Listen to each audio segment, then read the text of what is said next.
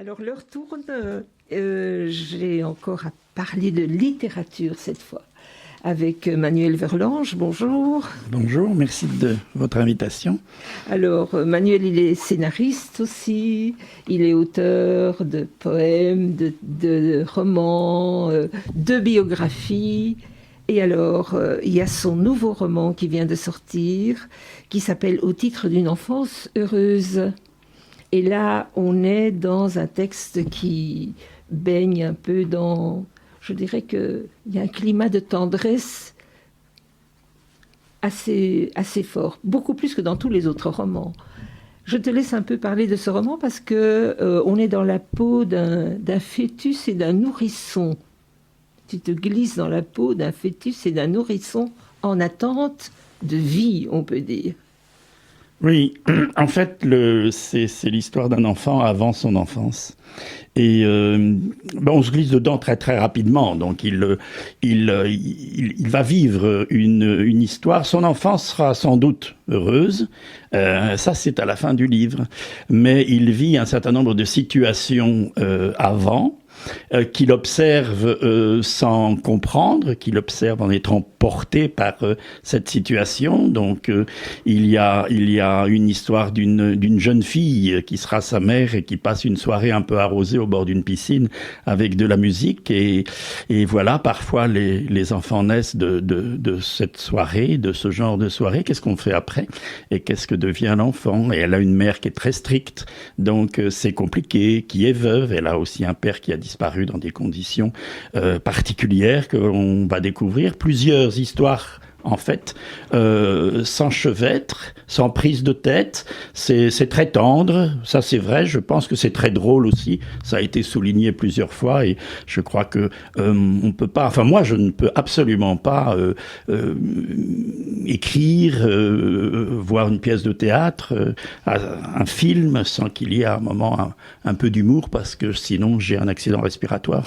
C'est quelque chose aussi qui permet de faire passer tellement de messages. Donc il est très drôle cet enfant, il observe, alors il est dans un aquarium parce qu'il est un peu prémat quand même, donc il y a des tuyaux partout, et alors il s'entend bien avec ses amis, il comprend pas bien, donc les allers-retours, surtout les prémats qui partent après dans un autre, donc ils ont passé l'entretien d'embauche visiblement, hein, et ils partent dans un autre service, puis ils ne les voient plus, et puis ils voient aussi, lorsqu'ils passent dans un autre service, qu'il y a des mères et des pères qui vont chercher les enfants. Enfin lui, bizarrement, la sienne doit être en retard, sans doute les embouteillages, et voilà, l'histoire se tisse comme ça, et alors on a l'histoire de la mère qui est bien présente et qui a son histoire, qui est très importante également, les relations très compliquées avec sa mère à elle, donc la grand-mère, à qui elle ne peut, on avait tout à l'heure cette réalisatrice qui parlait du rapport, et j'ai été très très sensible à écouter du rapport qu'elle avait avec son père, ou plutôt de l'absence de rapport qu'elle avait avec son père, et jusqu'à faire un film pour essayer de lui parler. C'est ce que j'ai retenu en tout cas. Et là, c'est un peu la même chose. C'est toujours la mère qui parle. Elles vivent dans une absence de dialogue absolument extraordinaire. Donc c'est la grand-mère qui parle. Mais la grand-mère, elle a aussi son histoire. Donc tout ceci fonctionne l'un à côté de l'autre, sans complication. Il n'y a pas de mode d'emploi pour lire le livre, ça coule tout seul. C'est tout au moins les retours que j'en ai. Et l'enfant observe. Donc à la fin, il va se passer quelque chose qui est le début de l'enfance, qui sera heureuse. Et donc, et ça n'est pas dit, mais tout le monde le comprend aisément, il aura une absence totale de mémoire du début du livre jusqu'au titre d'une enfance heureuse, où il va grandir, on peut le supposer, d'une manière épanouie et aimante et aimée. Alors moi, je n'avais pas beaucoup de temps, mais quand j'ai commencé à lire, je n'ai pas pu m'arrêter de le lire. Donc il y a vraiment un suspense quand même. Il y a tellement d'histoires l'une dans l'autre que c'est vrai que cette histoire coule de source. Et il y a pas mal de rebondissements parce que la fin est tout à fait inattendue. Donc, alors, Oui, ça me touche. On va pas dévoiler la fin parce qu'il faut lire le livre. Mais c'est vrai que on va de surprise en surprise quand même. Il y a l'attention du spectateur est très bien entretenue jusqu'à la fin. Et ça me touche beaucoup et c'est en fait je pars de tu disais que tu apprends beaucoup en regardant, etc. Je suis un grand lecteur depuis le début de Camus. D'ailleurs, j'ai pris énormément de plaisir au film qui est sorti il n'y a pas longtemps de Ozon, qui a fait bondir Camus au rang des best-sellers actuellement en librairie. Et je trouve que c'est formidable de redécouvrir ça. Moi, je lis énormément. Et donc, comme j'ai toujours lu énormément par passion, et pas du tout par activité professionnelle, c'est vraiment une grande passion, et j'ai vécu comme... Alors, j'ai un caractère de cochon, ce qui fait que quand je commence quelque chose, faire les choses, on en parlait, quand je commence un livre, je vais le terminer. Alors, j'ai vécu, comme tous ici, de grands moments de souffrance, en me disant, bon, il faut y aller, quoi. Il y a des fois, c'était ça. Donc, j'ai tiré des moments de passion absolument extraordinaires dans la lecture, qui continuent toujours. Mais je me suis dit aussi que j'allais humblement, modestement essayer de rendre au lecteur ce que j'avais apprécié dans la texture des livres et essayer d'éviter ces poids qui, au bout d'un moment, ça le ventre mou, hein, dans un livre, dans un film, ça pardonne pas.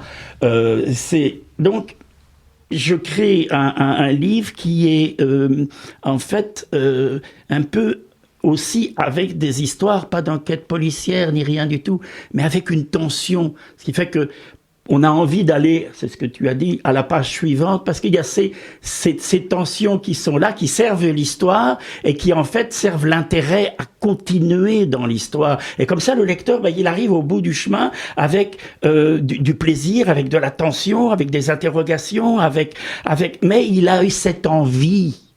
J'ai tellement envie, je travaille aussi beaucoup là-dessus, dans des jurys de prix littéraires, envie de donner l'envie alors là, on l'a déjà dit avant moi, mais de lire. C'est tellement important. Ce que tu fais, le théâtre, que je connais bien aussi, comme Fabienne, les films, c'est aussi la même chose. Il y a toujours de l'écrit au départ.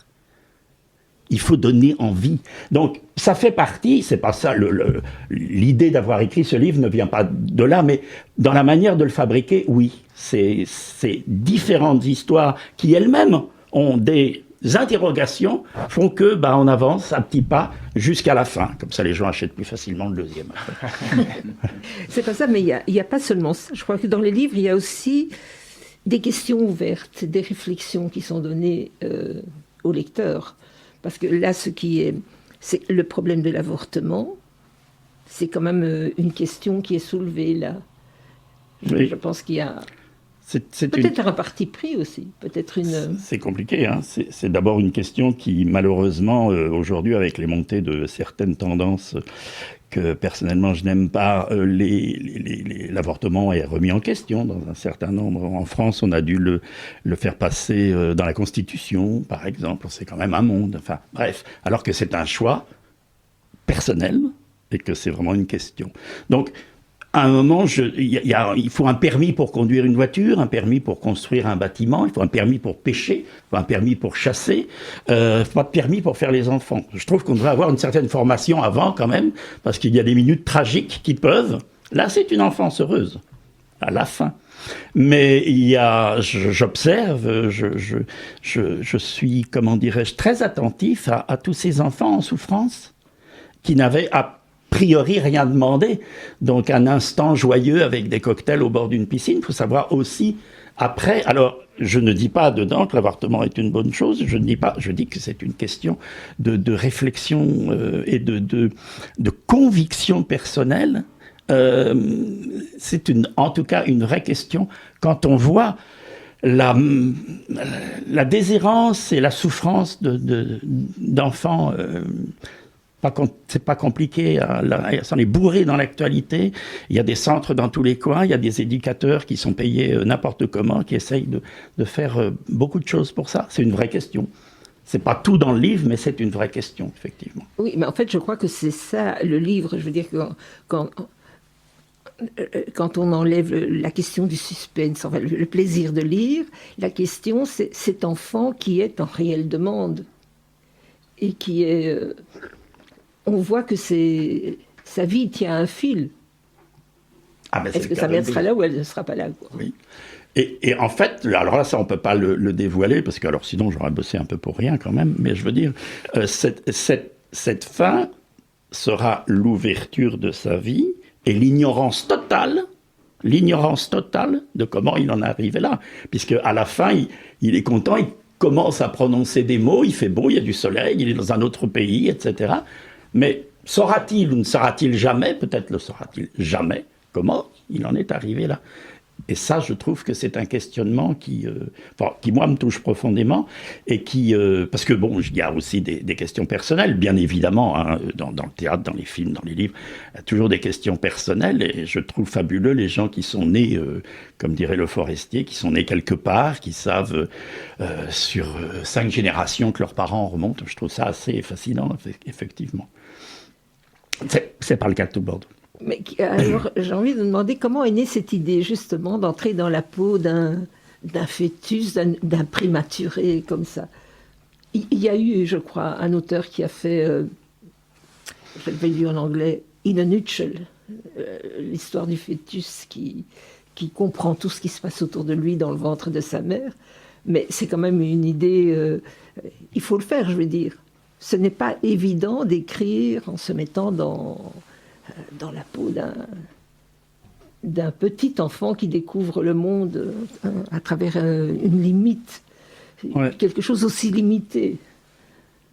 Oui, c'est venu assez naturellement, en fait, par le simple fait que ce questionnement-là, hein, d'où on vient, comment les choses se sont faites, comment j'en suis arrivé là, pourquoi ici, pourquoi pas là. Je veux dire, c'est la seule manière d'ouvrir ce questionnement, et surtout pas de trouver des réponses, mais d'ouvrir ce questionnement, était de remonter à cet espace de vie qui est celle d'avant la conscience, d'avant la mémoire. En fait, c'était la seule chose. Alors, pour faire passer l'histoire, il faut une solide dose. Alors là, il y a des injections d'humour, alors très très souvent, parce que sinon ça marche pas, évidemment. Mais comme ça, on avance avec lui sur ces questions d'avant, en fait, parce que l'enfance est magnifiquement traitée en littérature, dans tous les arts, par tout le monde depuis des milliers d'années. C'est formidable. Mais je veux dire, c'est l'aspect de voilà qui je suis. C'est une chose. Mais il y avait quoi, en fait, avant? C'est un peu comme ces gens moitié fous qui se posent les questions sur l'origine du monde, après tout. Hein, c'est le Big Bang et ces machins-là. Le Big Bang personnel, c'est un peu ça, quoi, en fait. C'est... Voilà. Et puis, je me suis bien marré à l'écrire aussi, hein, je dois dire. Alors, je pense qu'il y a déjà pas mal de gens qui l'ont lu, parce que tu tournes un peu dans les foires, Quel c'est le retour? Tu m'as déjà un peu parlé du retour des lecteurs, mais qu'est-ce qui les frappe là-dedans, justement? Mais alors, ce que tu as dit toi-même tout à l'heure, c'est j'ai commencé à la première page et ben voilà, je l'ai terminé, j'ai pas mangé, je me suis occupé de rien d'autre et voilà. Ça, alors là, ça arrive souvent. Mais il est sorti que le 5 mars, hein. Donc c'est encore un bébé, hein, il marche pas bien. Hein, donc on a fait une sortie à Waterloo, là on a mis le paquet. On avait quand même plus de 160 personnes pour une sortie littéraire. C'est pas un concert de rap. Hein. Donc je veux dire, réunir 160 personnes qui étaient là enthousiastes pour cette soirée. Bon, évidemment, on avait pris, parce que ça se fait pas d'habitude ça. On fait ça dans une librairie. Alors, il y a 30 librairies à venir maintenant, mais je veux dire, on fait ça dans une librairie. Il y a 15, 20, 30, 40 personnes. Enfin, je parle de gens modestes comme moi. Hein. Je parle pas de Marc Lévy, je parle pas d'Amélie Nothomb, je ne parle pas de Joël Dicker. Donc, voilà. Il y a ça. Alors, évidemment, avant, j'en ai écrit quelques-uns. C'est le 13e. Je ne suis pas superstitieux. Du bois. Mais voilà, et donc les gens viennent vite sur ce livre parce qu'il y a eu La lumière de la pluie sur son visage aussi avant, dans la même collection, et donc ils retrouvent une certaine résonance, une complicité dans le et voilà. Et donc maintenant, je pars à Genève au salon du Foire du Livre International. Puis après, il va y avoir la Foire du Livre à Bruxelles, donc en 23 mars ou je sais pas quoi là. Et puis ça. Et puis après, j'aime être, c'est vrai, je vais signer dans pas mal de librairies, de salons du livre. Ça permet de compenser ces longues heures d'écriture où en fait, contrairement à, enfin, avant un film, avant une pièce de théâtre, il y a de l'écriture, etc. On est bien d'accord, mais après, c'est un travail qui est entouré. On est entouré. L'auteur, lui, il a son éditrice qui est là, et la correctrice qui est là, le comité de lecture qui fait son rapport avant, et puis après, salut. Donc j'aime bien voir du monde, quoi. Je vais sortir un peu sur le pas de la porte pour voir ce qui passe dans la rue, quand même. Ça fait du bien. Tu écris 13 romans, ou bien tu écris aussi des pièces? Non, alors il y a des biographies. Il y a une pièce de théâtre qui tourne toujours en Belgique depuis mai 2024. Bande-annonce. Qui est tirée d'un roman d'ailleurs. Et il y a des biographies. Il y a 2 biographies, 2 pièces de théâtre, donc ça fait 4 moins 13, ça fait 9 romans. Voilà. Ici, il n'y a pas d'adaptation, je suppose, possible. Ah ben non, il est encore un peu bébé. Donc, C'était important qu'il s'appelle Manuel? Oui. Oui. Ben voilà.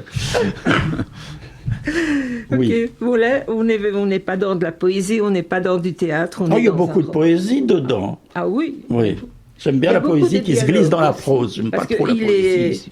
Il est quand même bavard, hein, ce bébé. Il y a beaucoup de dialogues. L'auteur aussi, vous avez remarqué. Hein. Non, c'est un livre à lire. C'est drôle, c'est vrai. Il y a du suspense. Et je pense que tu as quelque chose déjà sur le feu, non? Oui, alors en mars 2027 sortira L'identité amoureuse, qui est un cycle en fait, qui est composé de 3 romans. C'est un roman qui se déroule sur 3 jours. Donc il y a jour 1, jour 2, jour 3. Voilà. Ok. Ben, on peut te rencontrer encore quelque part. Je crois que tu as une liste déjà de dates prévues jusque décembre. Jusque décembre, oui. Après, c'est Noël. Vous allez sur manuelverlange.com et vous avez tout. Il y a un onglet qui s'appelle Que se passe-t-il en 2026 et il y a toutes les dates. Voilà, que ce soit les librairies, les salons du livre ou les gros bazars comme la Foire du Livre de Bruxelles. Alors on rappelle l'éditeur, c'est le Lion Zélé. Les éditions du Lion Zélé, qui est une maison d'édition qui remplit toutes les cases des maisons d'édition, parce que c'est un peu comme les boulangers, les éditeurs. Hein. Il y a toujours marqué boulangerie, mais des fois, c'est pas eux qui font le pain. Donc, je veux dire, ils cochent toutes les cases, aussi bien des officiels, Fédération Wallonie-Bruxelles, ADEB, etc. C'est une belle rencontre, en tout cas, et qui s'ouvre de plus en plus vers ce qui est très important, je pense, pour nous tous ici, ça s'appelle la francophonie. Et la Belgique, c'est super, j'y vis, je suis très heureux. La francophonie, c'est quand même 320 millions de gens qui parlent une même langue. Ça nous remonte un peu du côté Belgique selon francophone. Donc c'est formidable comme tremplin de départ, mais on n'est pas obligé de ne penser que Belgique francophone. Pour moi, ça c'est important. On a signé à New York, au lycée français, à l'Alliance française, à l'ONU, département francophonie très important de l'ONU, et on a rencontré des tas de gens francophones, francophiles, qui sont des gens qui portent aussi, jusque dans ce pays qu'on a bien besoin culturellement, cette belle langue française. Et je rappelle que tu es médaillé d'or de la Société des auteurs et artistes francophones. C'est la seule médaille d'or que j'ai pu avoir, parce qu'aux Jeux Olympiques, j'ai rien... Non, je suis très mauvais. Voilà, alors l'émission touche à sa fin. Je remercie tous les participants, qui sont d'ailleurs presque tous là. Je pense que ça les a intéressés finalement d'écouter les projets des uns et des autres,